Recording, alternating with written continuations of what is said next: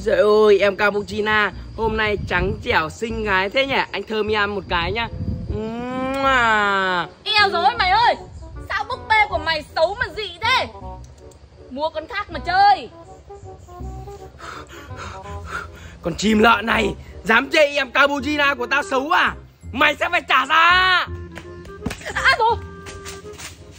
Ô, ai đánh mình nhỉ? À rồi ôi.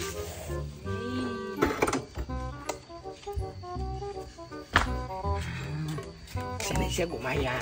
Bây giờ tao lại tháo hơi xe mày, xem tí nữa mày về kiểu gì nhá. Ô, sao xe hết hơi rồi? Long vợ về à? Nào nói chuyện nào ơi. Em Cappuccina ơi, anh đã trả thù cho em được rồi.